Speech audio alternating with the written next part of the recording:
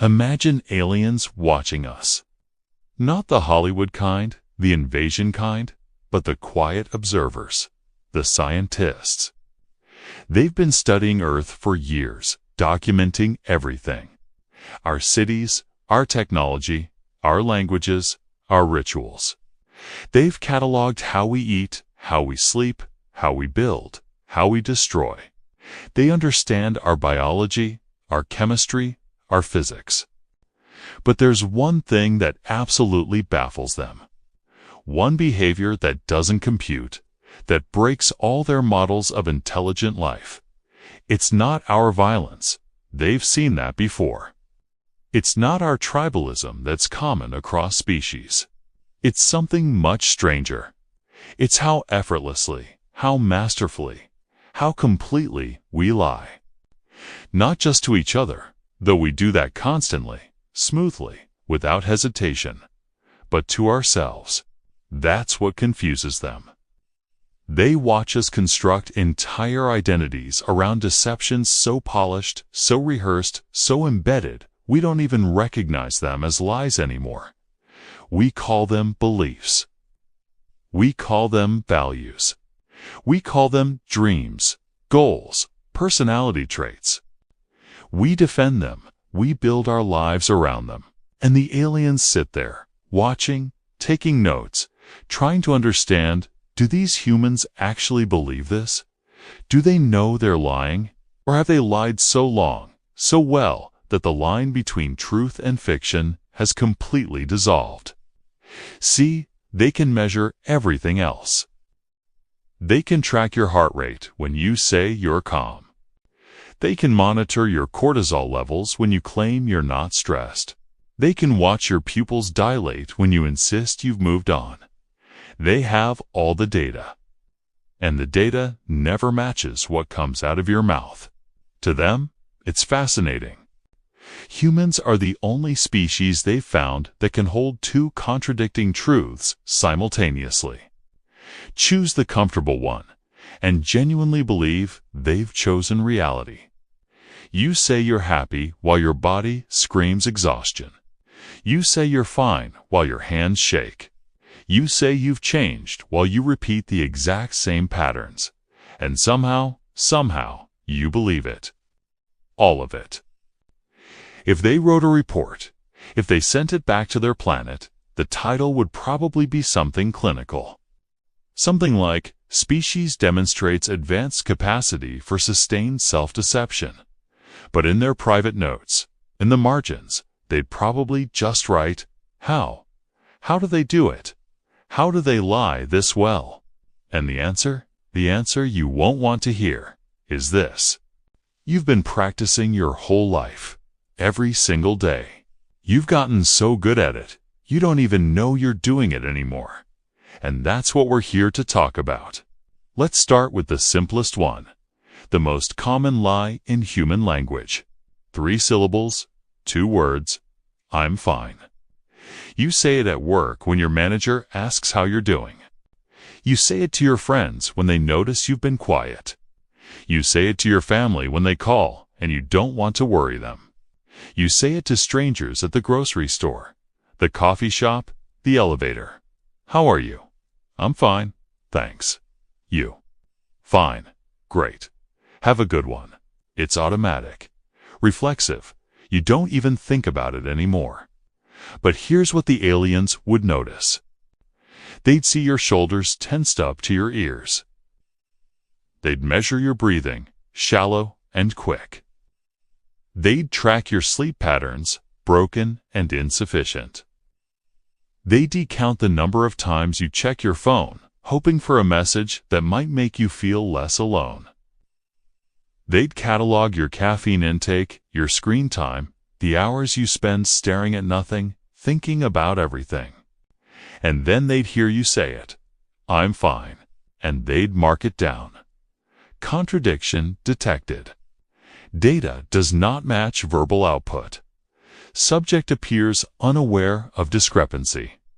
Because you've said it so many times, you've started to believe it. Or maybe you don't believe it, but you've accepted it. You've decided that fine is close enough. That fine is what people want to hear. That fine keeps things moving. Because if you stopped, if you actually answered honestly, if you said, "I'm exhausted, I'm lonely, I'm scared, I don't know if I'm doing this right, I feel like I'm drowning and everyone else knows how to swim," if you said that, well, people wouldn't know what to do with it, so you don't. You say, "Fine," and you keep walking. And after a while, you stop checking in with yourself altogether. You stop asking, "Am I actually fine?" You just assume the answer. You have to be. Because if you're not, if you admit you're not, then you have to do something about it. And you're too tired, too busy, too afraid. So you lie, and the lie becomes your baseline. Your normal, your truth. The aliens would find this one particularly interesting, because it's not just a lie you tell others. It's a lie that protects you from yourself, from your own feelings, from the weight of your own reality. And that's the thing about human lying. It's not always malicious. Sometimes it's just survival. Sometimes "I'm fine" is the only thing holding you together. Here's another one the aliens would catalog: the performance of happiness. You curate your joy like it's a museum exhibit. You stage it, you photograph it, you post it. You smile in pictures you don't feel. You celebrate milestones you're ambivalent about. You go to parties you don't want to attend and laugh at jokes that are unfunny and say yes when you mean no. All because you've learned something important.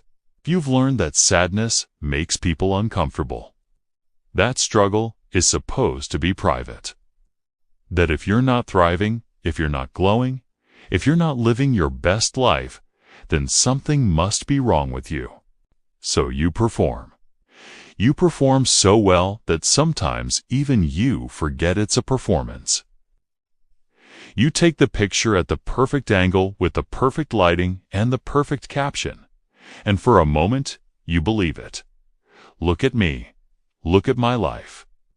Look how good I'm doing. And then you put the phone down and you're back in your room, in your body, in your actual life. And the gap between the two versions is so wide you could fall into it. But you don't talk about the gap. You just keep posting. Keep smiling. Keep pretending that the highlight reel is the whole movie. The aliens would see the discrepancy immediately. They'd watch you delete 12 photos before posting one. They'd see you type and delete, trying to find the right words that sound effortless. They'd measure the time you spend crafting spontaneity, staging candid moments, performing ease. And they'd wonder, why? Why do humans work so hard to appear like they're not working at all? Why do they need everyone to believe they're happy? And the answer is complicated. Because if everyone else looks happy and you don't, then maybe you're failing. Maybe you're broken. Maybe you're the only one who can't figure it out. So you fake it until, maybe, hopefully, it becomes real. Except it doesn't. It just becomes exhausting. You've gotten so good at pretending to be happy that you've forgotten what actual happiness feels like. The unperformed kind. The kind that doesn't need an audience. The kind that exists in quiet moments nobody sees. And that's the tragedy the aliens would note. That humans have confused the appearance of happiness with happiness itself. That you've spent so much energy looking like you're okay, you've forgotten how to actually be okay. And nobody talks about it, because everyone's too busy pretending. Just like you. This one's a personal favorite. I don't care anymore. But you say it with conviction. With finality. You've closed a chapter, turned a page, moved on. I don't care what they think. I don't care if they text back. I don't care about that job I didn't get. That person who left, that opportunity that passed, I'm over it. I've moved on. It doesn't matter, but here's the thing. Here's what the aliens would notice. If you truly didn't care, you wouldn't need to announce it. You wouldn't need to convince anyone, especially yourself. Indifference doesn't require a declaration. It's quiet. It's absent. It simply is. But you're not indifferent. You're hurt. And hurt masquerades as apathy because apathy feels safer. Because caring too much, wanting too much, hoping too much, that's dangerous. That's vulnerable. That's how you get hurt again. So you build the wall. You say the words, I don't care. And maybe if you say it enough times with enough force, it'll become true. Except it won't, because the opposite of love isn't hate. It's not even indifference. It's that middle space where you pretend you feel nothing while feeling everything. The aliens would catalog the contradictions. You say you're over them, but you still check their social media. You claim you've moved on, but you still replay the last conversation, looking for clues, for closure, for something that makes it make sense. You insist it doesn't matter, but your body tenses when someone mentions their name. You've deleted their number, but you still remember it. You've unfollowed, but you still search. And every action betrays the words. Every choice reveals the truth. You care. You care so much it hurts. And the lie, I don't care, is just armor. It's protection. It's the thing you say to keep yourself from falling apart. And maybe that's okay. Maybe you need the lie right now. Maybe you're not ready to admit how much it still stings. How much you still wish things were different. How much you still, in the quiet moments, hope. The aliens might not understand it. They might mark it as irrational, as inefficient, as counterproductive to healing. But they'd miss something essential. They'd miss that humans don't heal in straight lines. That sometimes we need to pretend we're okay before we can actually become okay. That sometimes I don't care is just the first step toward the day when it might actually be true. Now let's talk about the version of you that exists. Or rather, the versions, plural. Because you've learned to edit yourself before you present yourself to the world. The you that shows up at work is different from the you at home. The you with your parents is different from the you with your friends. The you online is different from the you in person. And none of them are the complete picture. They're all edits, highlights, carefully curated performances designed for specific audiences. At work, you're professional, competent. You laugh at your boss's jokes even when they're not funny. You nod in meetings even when you disagree. You say things like synergy and circle back and touch base, and a part of you dies every time. But you do it anyway because that's the version of you that pays rent. With your parents, you're still their child. You soften your edges. You leave out the parts of your life they wouldn't understand or wouldn't approve of. You become smaller, simpler, easier to love. With your friends, you're the fun one, or the responsible one, or the sarcastic one. You play your role. You know your lines. And online? Oh, online, you're the best version. The version with good lighting and perfect captions and a life that looks whole. The aliens would find this fascinating. They'd map all your different selves and realize none of them match. They'd watch you switch between personas depending on who's watching, who's listening, who's judging. And they'd ask the question you've been avoiding. Which one is real? Which version is actually you? And you'd stare at them, silent, because you don't know anymore. You've been performing for so long, shifting and adapting and filtering, that the original got lost somewhere in all the edits. Maybe you don't even have an original anymore. Maybe you're just a collection of reflections, showing people what they want to see, what they expect to see, what makes them comfortable. And the exhausting part, the part that keeps you up at night, is that you can't stop. Because if you dropped all the masks, if you showed up as your whole, unfiltered, complicated self, you're terrified that people wouldn't like what they found, that they'd leave, that they'd see you, really see you, and decide you're too much or not enough or just wrong. So you keep editing, keep filtering, keep splitting yourself into digestible pieces, and somewhere in all of that, the real you, if there even is a real you, stays hidden, safe, unseen, alone. Let's get uncomfortable for a moment.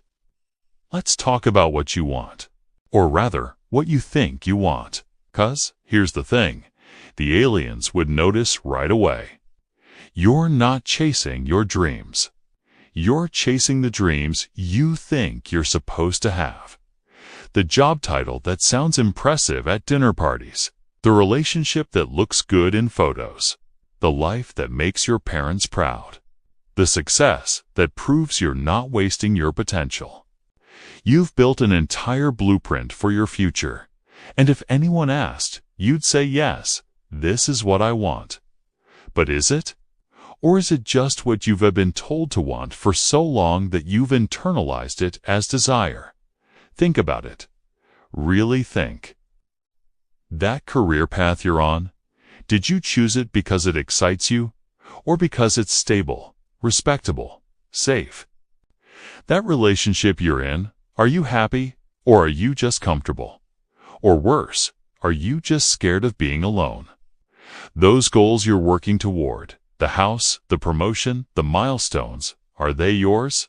Or are they just the standard checklist handed to you by society, by your family, by everyone who came before you and did the same thing? The aliens would watch you climb ladders that are leaning against the wrong walls. They'd see you sacrifice your time, your energy, your health, your happiness. All for goals that don't actually align with who you are. And they'd document it. Subject appears to be pursuing objectives inconsistent with expressed values and observed behavior. Subject demonstrates signs of dissatisfaction, but continues trajectory regardless. They'd wonder, why don't they just stop? Why don't they choose differently? And the answer is more complicated than you want it to be. Because stopping means admitting you were wrong. It means disappointing people. It means uncertainty. It means starting over.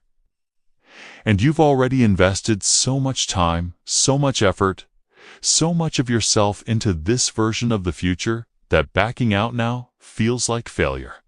So you keep going. You tell yourself it'll be worth it. That once you get there, wherever there is, you'll finally feel fulfilled. Except you won't. Because you're not moving toward what you actually want. You're moving toward what you think you should want. And there's a difference. A big difference. The kind of difference that turns a whole life into a performance of someone else's dream. And maybe the scariest part is this. Maybe you don't even know what you actually want anymore.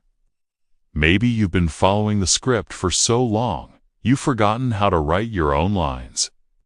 And that right there, is one of the biggest lies you'll ever tell yourself.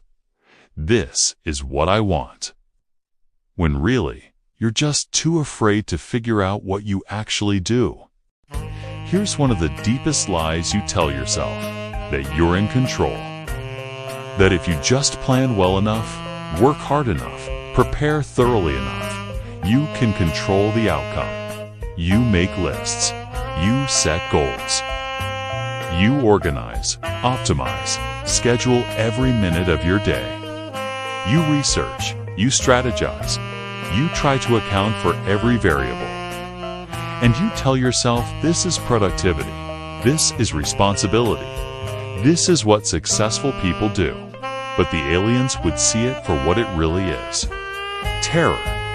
Absolute terror of chaos, of randomness, of the fundamental unpredictability of existence, dressed up as ambition. Because here's the truth you don't want to face. You're not in control. You never were. You can plan your entire week and get sick on Monday. You can work toward a goal for years and have it fall apart in a day. You can do everything right and still lose. You can be careful and still get hurt. You can be good and still suffer. The universe doesn't care about your plans. It doesn't owe you fairness. It doesn't operate on the logic of effort equals outcome. And that terrifies you. So you create the illusion of control. You make your plans, your schedules, your carefully constructed futures. And you pretend that your preparation is a shield against uncertainty. Every to-do list is a prayer. Every 5-year plan is a wish dressed as certainty. Every bit of advice that says if you just do X, then Y will happen is a comforting lie that helps you sleep at night.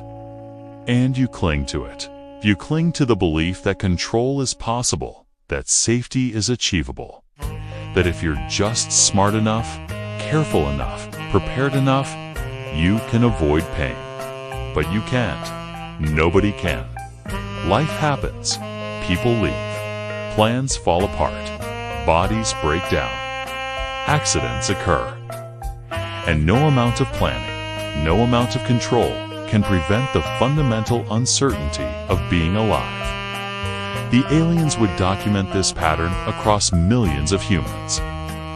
They'd watch you exhaust yourselves trying to control the uncontrollable, trying to create certainty in a reality that offers none. And they'd probably wonder, why don't they just accept it? Why don't they let go? But they wouldn't understand. They wouldn't understand that accepting uncertainty feels like giving up.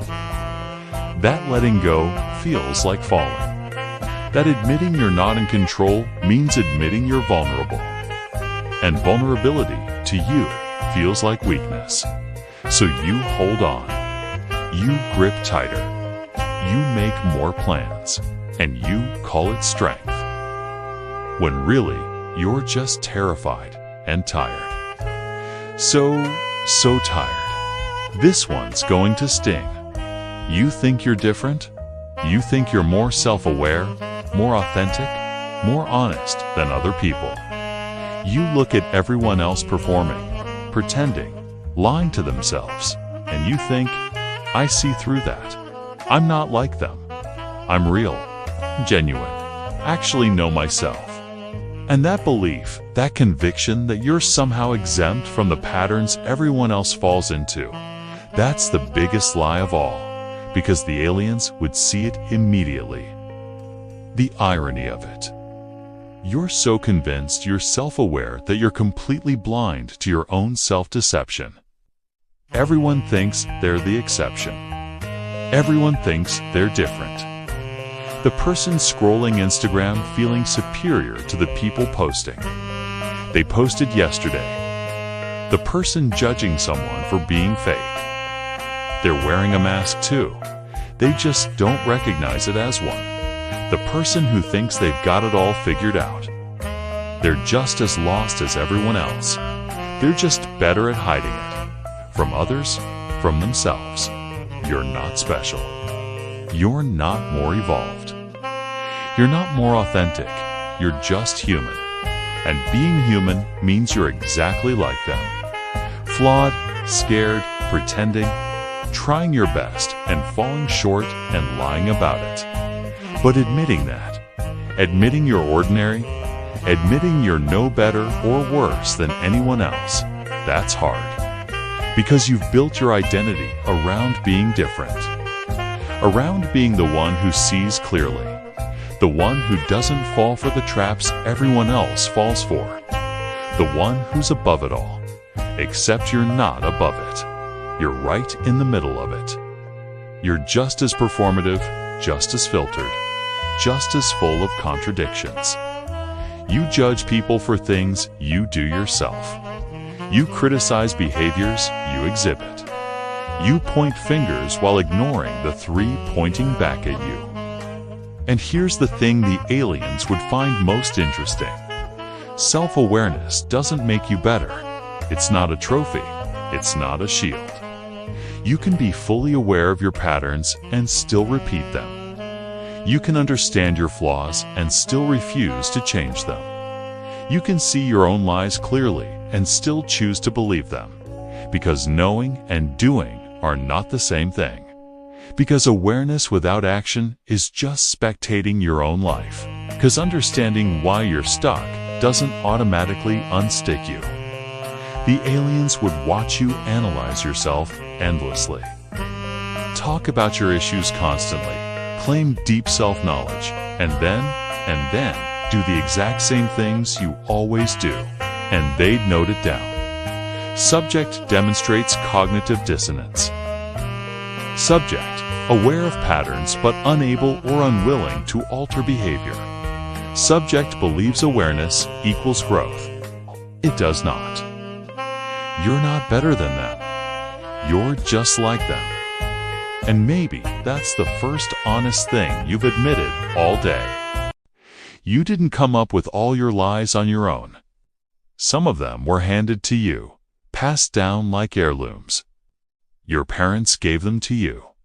Your culture whispered them. Your generation absorbed them. And you've been living inside these inherited stories for so long, you think they're yours? You think they're truth. Boys don't cry. Girls should be nice. Success looks like this. Failure looks like that. Love means sacrifice. Strength means silence. Happiness means more. You've learned these lessons before you could even question them. Before you had the language to ask, is this true? Or is this just what someone else believed? Your parents told you what they were told. Work hard and you'll be rewarded. Stay quiet and you'll be safe. Be good and you'll be loved. They weren't trying to lie to you. They were just repeating the script they inherited from their parents, who got it from their parents, who got it from theirs.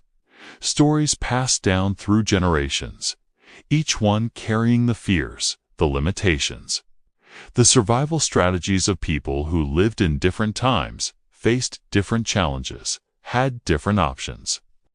But you're not living their life. You're living yours. And the rules that kept them safe might be the very things keeping you stuck. The aliens would trace these patterns back through time. They'd watch the same lies replicate across decades, across centuries. They'd see children absorbing beliefs that no longer serve them, defending ideas they never chose, living by codes they never questioned. And they'd see the cost. The parts of you that got buried because they didn't fit the story. The dreams you abandoned because they weren't practical. The emotions you suppressed because they weren't acceptable. The versions of yourself you killed off because they didn't match the template you inherited. And the hardest part, you don't even know which thoughts are yours anymore. Which beliefs came from you, and which ones were installed before you had a choice. You think you're living your life, making your own decisions, following your own path. But how much of it is actually yours? How much of it is just performance? Just repetition? Just you playing out someone else's script? Someone else's fears? Someone else's definition of what it means to be successful, to be good, to be worthy? The aliens would ask, when was the last time you questioned the stories you're living inside? And you'd realize, maybe never. Maybe you've never stopped long enough to ask, is this what I believe? Or is this just what I was taught to believe? And there's a difference, a big one. Tomorrow, it's your favorite word. Tomorrow, you'll start the thing. Tomorrow, you'll have the conversation, Tomorrow, you'll make the change. Tomorrow, you'll be different, braver, healthier, more disciplined, more honest. Tomorrow, you'll finally do what you know you need to do. But here's what the aliens would notice. Tomorrow never comes. Because when tomorrow arrives, it becomes today, and today, you're still not ready. Today, you're still tired. Today is still not the right time. So you push it back again, to tomorrow. And the cycle continues, forever. This is procrastination, sure, but it's deeper than that. It's a lie that lets you live in potential instead of reality. As long as you haven't started, you haven't failed. As long as it's still tomorrow, you can still imagine yourself doing it perfectly. The perfect version of you, the one who exists in the future. That version has discipline, courage, clarity. That version doesn't struggle, doesn't hesitate, doesn't fail. But that version doesn't exist. It's fantasy. And by waiting for tomorrow, by waiting to become that person before you start, you're ensuring you never start at all. The aliens would document this pattern across your entire life. The project you've been meaning to start for 3 years. The person you've been meaning to call. The apology you've been meaning to make. The boundary you've been meaning to set. The dream you've been meaning to chase. All of it sitting in tomorrow, waiting, gathering dust. And every day you tell yourself the same lie. Tomorrow, tomorrow, I'll be ready. Tomorrow, I'll have the energy. Tomorrow, the fear won't be so loud. Except tomorrow, the fear is still there. You're still not ready, and you push it back again. Because starting means risking. It means trying and possibly failing. It means facing the gap between who you want to be and who you actually are. And as long as you don't start, you can keep pretending the gap doesn't exist. You can keep telling yourself you could do it if you wanted to. If you just had more time, more resources, more confidence. But the truth the aliens would see clearly. You have the time. You have the resources.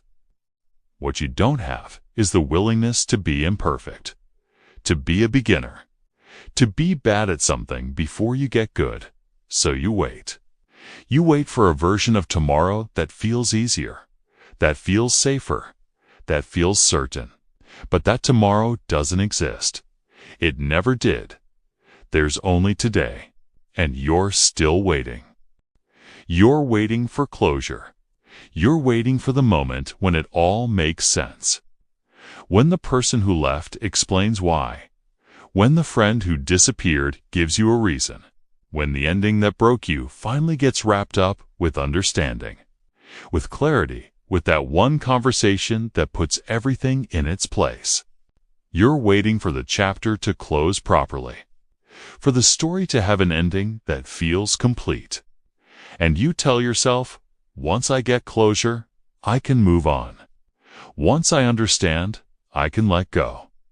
Once they apologize, once they explain, once I know why, then I'll be okay. But here's what the aliens would see that you won't admit. That moment isn't coming. Closure is a myth. It's a story we invented to make sense of a world that rarely makes sense. Most things in life don't get wrapped up neatly. Most pain doesn't get explained.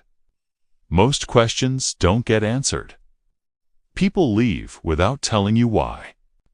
Relationships end without the conversation you deserve. Things fall apart and nobody gives you the reason. The apology, the acknowledgement you're aching for. And you wait. You wait for them to reach out. You wait for the universe to deliver some kind of cosmic explanation. You wait for the moment when everything clicks into place and you finally understand. But that moment doesn't arrive. Because closure isn't something someone gives you. It's something you give yourself. The aliens would watch you replay the last conversation over and over, searching for clues. They'd see you analyze every word, every interaction, trying to piece together what went wrong. They'd document the hours you spend constructing theories, explanations, narratives that help it make sense. And they'd see the pattern. You're not looking for truth. You're looking for a story that hurts less. A version where it wasn't your fault, or it was your fault, but in a way you can fix, or it wasn't meant to be, or they were wrong, or you were wrong, but now you know better. You're trying to turn chaos into narrative, pain into plot, randomness into reason. Because if it makes sense, if there's a why, then maybe it won't hurt as much. But some things just are. Some endings don't have explanations. Some people leave, and you'll never know why. Some pain is just pain, without purpose, without lesson, without the neat resolution you're craving. And the lie you keep telling yourself, that closure will come, that understanding will heal you. That's just another way of avoiding the truth. The story is over. It ended, messy, incomplete, unsatisfying. And you have to find a way to live with that. Without the answers, without the closure, without the ending you deserved. Let's talk about the lie that protects your entire sense of self. I'm a good person. You tell yourself this constantly. You hold doors. You say please and thank you. You donate when you can. You care about important causes. You try to be kind. You have good intentions. And because of all this, you've decided, I'm a good person. And that label, that identity, it's non-negotiable. It's the foundation of how you see yourself. So when you do something that contradicts it, when you're cruel, when you're selfish, when you hurt someone, your brain scrambles to protect the narrative. It wasn't that bad. They deserved it. I was stressed. I was protecting myself. I had no choice. You twist the story until it fits. Until you can still be the good person. Until the uncomfortable truth gets smoothed over. The aliens would see this constantly. They'd watch you justify everything. Every harsh word, every broken promise, every time you chose yourself at someone else's expense. And they wouldn't judge you for the actions themselves. They'd judge you for the denial. For the refusal to admit that you're capable of harm, that you're complicated, that you contain multitudes, and some of those multitudes are selfish, petty, cruel. You want to be simple, you want to be purely good, but you're not. Nobody is, and pretending you are doesn't make it true. It just makes you blind to the damage you cause. Here's the thing about being a good person. It's not a state. It's not something you achieve and then get to keep forever. It's a choice. A constant, exhausting, never-ending choice that you have to make over and over again. And sometimes you'll make the wrong choice. Sometimes you'll be the villain in someone else's story. Sometimes you'll hurt people. And you can either admit that, own it, learn from it, try to do better, or you can protect your self-image and convince yourself it didn't happen the way it happened. That you're still good, that you're always good, that you're incapable of being anything else. But good people do bad things. Kind people are sometimes cruel. Loving people sometimes hurt the ones they love. And the most dangerous thing you can do is convince yourself you're exempt from that you're always the hero, always justified, always right. Because that belief, that certainty that you're good, that's what allows you to keep hurting people without ever having to face it. The aliens would note it down. Subject demonstrates consistent pattern of self-justification.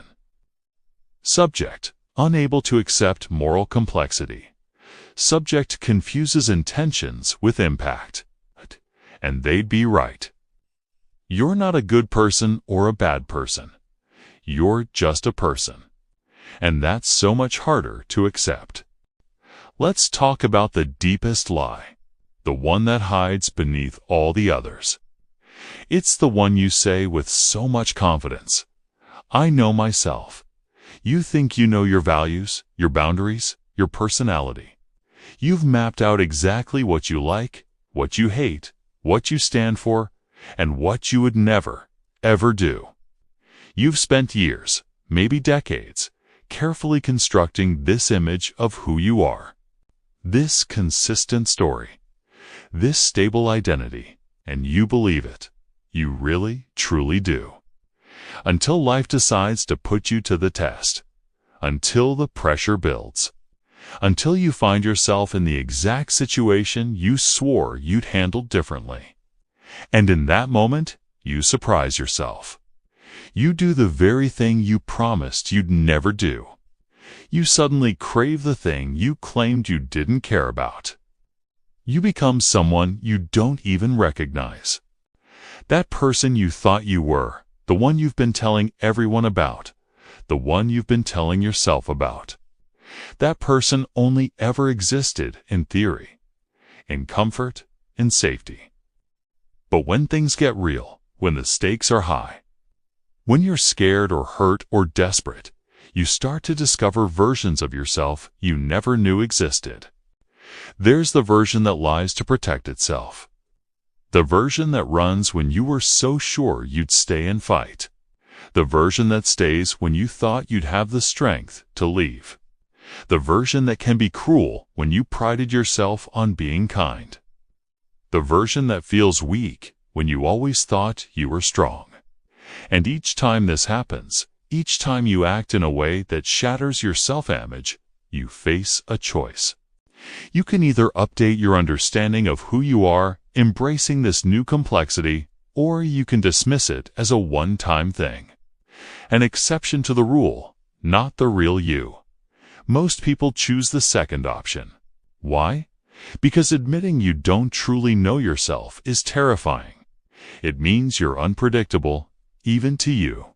It means you can't fully trust your own judgments about what you'll do, what you'll want, or who you might become. It means the person you are right now is just the person you've been so far, and that person could change. They could evolve into someone completely different, someone you might not even like. Imagine if aliens were observing us, they'd see it so clearly. They would watch us humans cling desperately to these fixed ideas of who we are, while our actions constantly contradict them. They'd see you defend your self-concept even as your behavior proves it wrong. They would document the massive gap between who you say you are and who you actually are when it counts. And maybe that's the scariest truth of all. You don't know yourself. Not really. You know the story you tell about yourself. You know the curated version you present to the world. But the core of who you are, the truth of what you're capable of, what you'll do under extreme pressure, who you'll become in 5 years or 10, you have no idea. You're a stranger to yourself, and in a way, you always will be. Because you're not a fixed object, you're a process. You are constantly changing, constantly becoming, constantly surprising yourself. And that means you'll never fully grasp who you are, because there's always more of you waiting to be revealed. The aliens might look at all of this and judge us. All these lies, this self-deception, this constant performance and pretending. They might conclude that we're broken, dishonest, weak. But here's what they would miss. Here's what they couldn't possibly understand unless they lived inside a human body, inside a human mind, inside a human life. We lie to survive. We lie because the full, unvarnished truth is often too heavy to carry all the time. We lie because raw honesty can be too sharp, too painful. Because if we felt everything fully, acknowledged every single flaw clearly, LeMay faced every hardship directly, we might never stop screaming. You say, I'm fine, because sometimes you just have to be fine to get through the day. You perform happiness because sometimes that performance is the very thing that keeps you going until the real thing comes back. You pretend you're in control because the alternative, admitting you're helpless, would paralyze you with fear. You convince yourself you don't care because caring too much has shattered you before, and you're just trying to protect what's left of your heart. You filter yourself because you've been rejected for showing your whole authentic self in the past, and you're still recovering from that wound. You chase the wrong dreams because at least they're dreams. At least it's forward motion. At least it's something to hold on to. Every lie serves a function. Every deception has a purpose. You're not lying because you're a bad person. You're lying because you are trying to survive in a world that is often too much, too painful, too chaotic, too demanding, too uncertain. And sometimes lying to yourself is the only way to keep moving forward, the only way to get out of bed in the morning, the only way to not give up entirely. Is it healthy in the long run? Maybe not. Is it sustainable forever? Probably not. But is it human? Absolutely. The aliens would need to understand this. We don't lie because we're fundamentally broken. We lie because we're fragile. And fragility requires protection. Think about it. If you had to admit every single fear, every doubt, every insecurity, every old pain, every fresh disappointment, every moment of despair, you would be completely overwhelmed. You'd be non-functional. So, you compartmentalize. You minimize. You rationalize. You tell yourself stories that make the unbearable feel bearable. And yes, those stories aren't always 100% true. But they're necessary. They're survival mechanisms. They are the scaffolding that holds you up when everything inside feels like it's crumbling down. So maybe the question isn't, why do we lie? Maybe the real question is, how could we possibly not? How could any creature as complex, as emotional, as self-aware as a human being exist in this world without some level of self-deception? Without creating some protective distance from the full, crushing weight of reality? And then, maybe, the aliens would finally understand. We aren't liars because we're dishonest. We're liars because we're trying to survive. And sometimes, the lie is the bravest thing we have.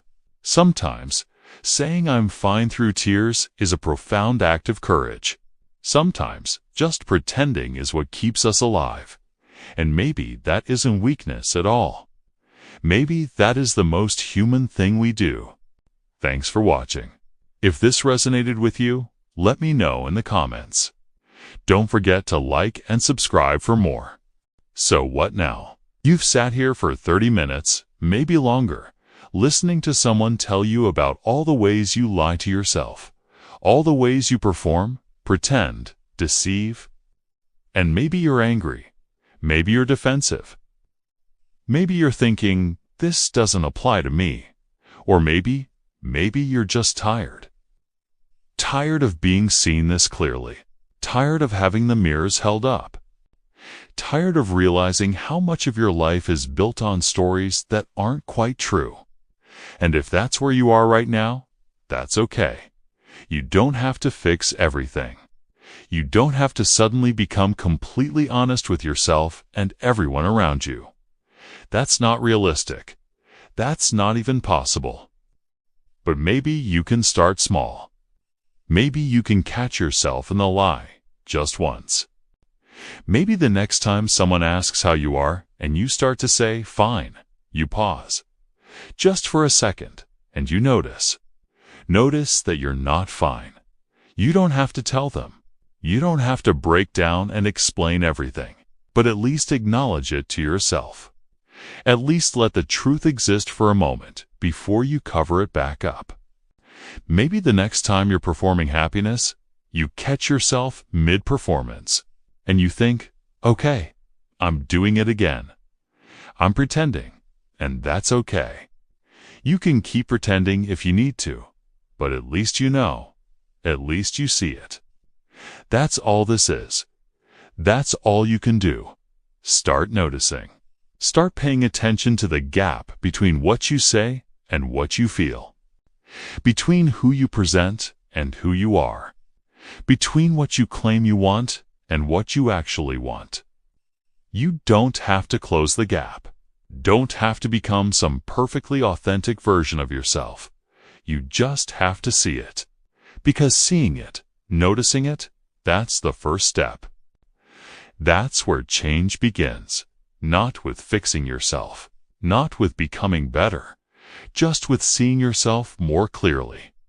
The aliens would still find us strange. They'd still document all our contradictions, all our lies, all our beautiful, broken attempts at being human. But maybe they'd also see something else. They'd see us trying. They'd see us struggling to be honest in a world that punishes honesty. They'd see us failing and getting back up and failing again. They'd see us lying and then, sometimes, just sometimes, catching ourselves, pausing, choosing differently. Not every time, but sometimes. And maybe that's enough. Maybe you don't have to stop lying to yourself completely. Maybe you just have to start noticing when you do. That's all. That's enough. That's the beginning. And the aliens, if they're watching, if they're taking notes, they'd write this down. Humans are capable of remarkable self-deception, but they're also capable of remarkable self-awareness. Sometimes, on their best days, they choose the second one. And that's worth documenting too.